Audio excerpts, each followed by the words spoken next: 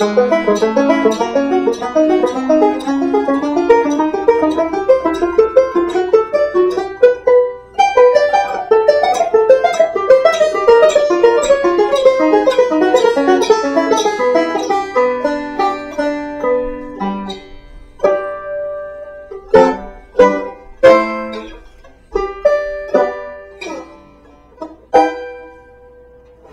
everybody, welcome back to the Moose. I was going to teach this, so I'm still going to teach the next tune, that being the 8th of January in the Keith style, but I wanted to explain just a little bit more about these basic scales and chord construction before we move on to that. So getting back to the 1, 3, 5 out of that major scale. Okay, remember we put the first, third, and fifth degree of that major scale to the fourth, third, and second string positions. Okay, and you remember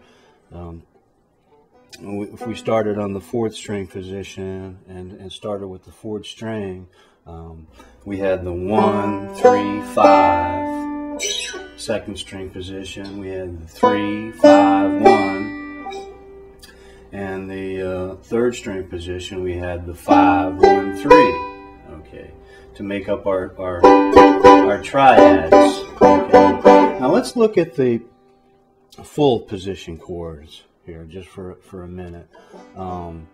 Remember, we use we call that the closed position.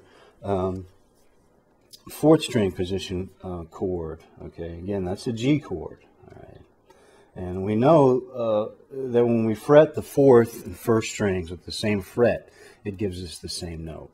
Okay, so that's the G note, and this is also a G note on the first string. Okay, so we can also make that G our root if we want to as well. Okay, so we can call that the 1, which is the root.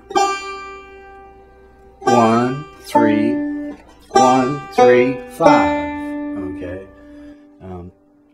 Again, we can place these three notes anywhere we want to get this triad. Okay. Now, it'd be good to practice using your three finger pinch with this full chord. Okay. And play the triad on the fourth, third, and second string, and then come up and play the triad on the third, second, and first string. Okay, there are two G major chord triads, and just listen how this sound now in this full position.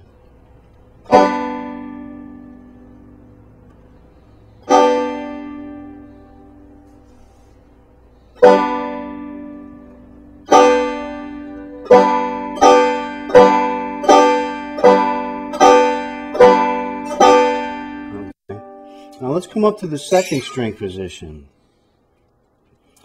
Now let's play the triad on the fourth, third, and second strings. Now if I come back down and play that same triad on the first, second, and third strings, it's the same. There's a 1, 3, 5. 1, 3, 5. So you can hear that these are in the same exact position. The notes, the 1, 3, and 5 are in the same exact position of we have the 1, 3, 5, 1, 3, 5. Okay. And again, if we play the triad on the first, second, and third strings, and then come up to the bar position and play it on the fourth, third, and second strings, They're stacked up the same way.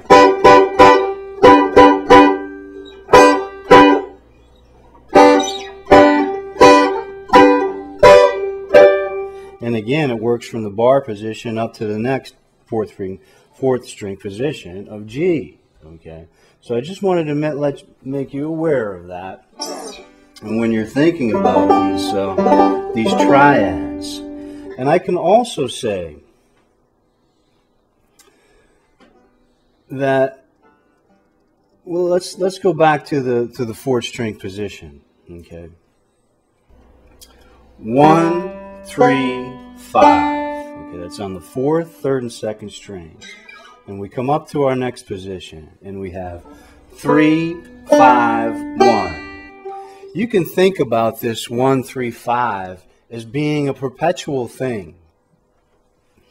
By that I mean we can think about the forward roll as well.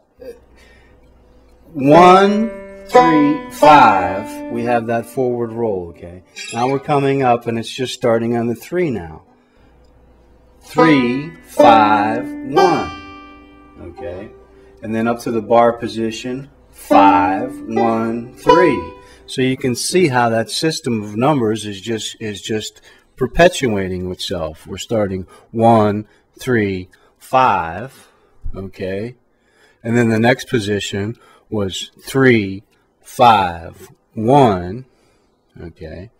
And then the bar position was 5, 1, 3. And that was, remember, starting on the fourth string position. So you can see how that perpetuates itself as you go up and down the neck of the banjo. And if any of you have any questions about this, just let me know in the forums or private message me, and I'll explain it a little further if you're having trouble with that.